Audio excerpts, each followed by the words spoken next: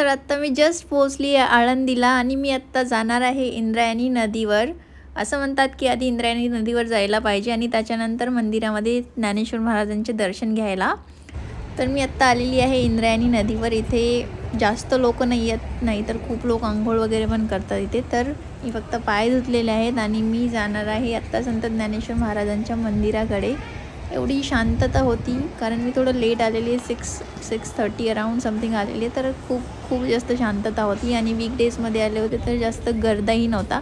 इथून एंट्रन्स आहे मंदिराकडे जाण्यासाठी आणि इथे खूप सारे शॉप्स आहेत जिथे शॉपिंग करू शकतो.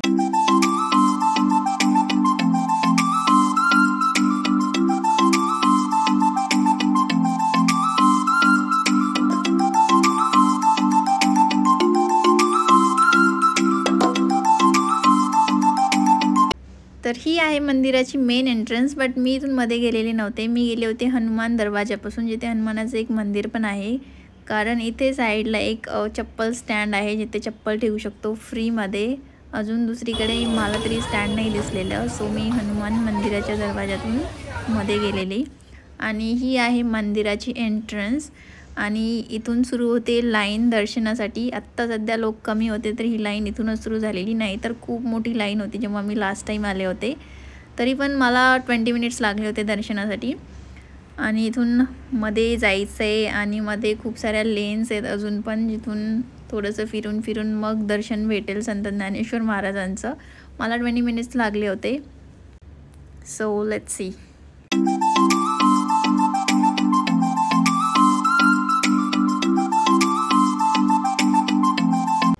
आणि हा आहे मेन दरवाजा जिथे मध्ये संत ज्ञानेश्वर महाराजांची समाधी आहे आणि साईडलाच गणपतीची मूर्ती ठेवलेली आहे.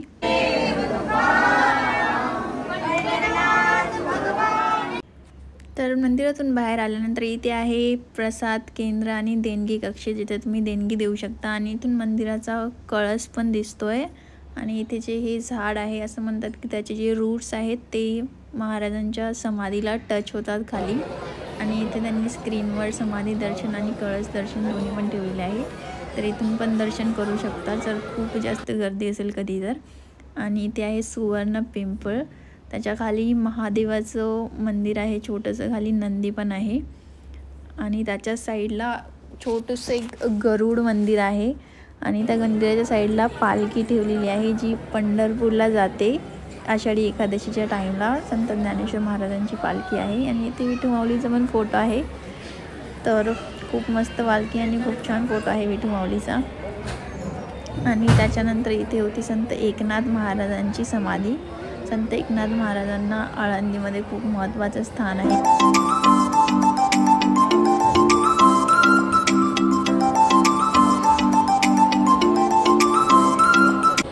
आणि त्याच्यानंतर इथे एक अमेझिंग शॉप होतं जिथे खूप साऱ्या मूर्ती आणि संत ज्ञानेश्वर महाराजांच्या फोटोज अवेलेबल होत्या.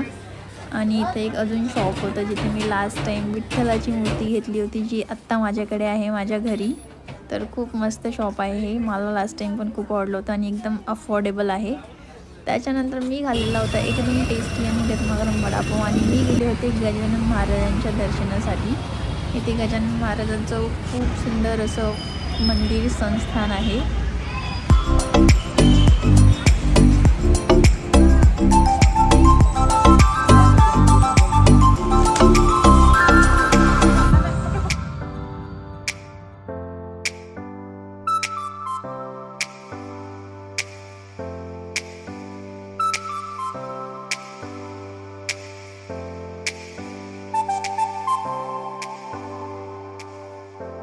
So this was Alandi and I'm gonna head home now with this beautiful sunset. If you like this video, give it a thumbs up and subscribe for more videos like this.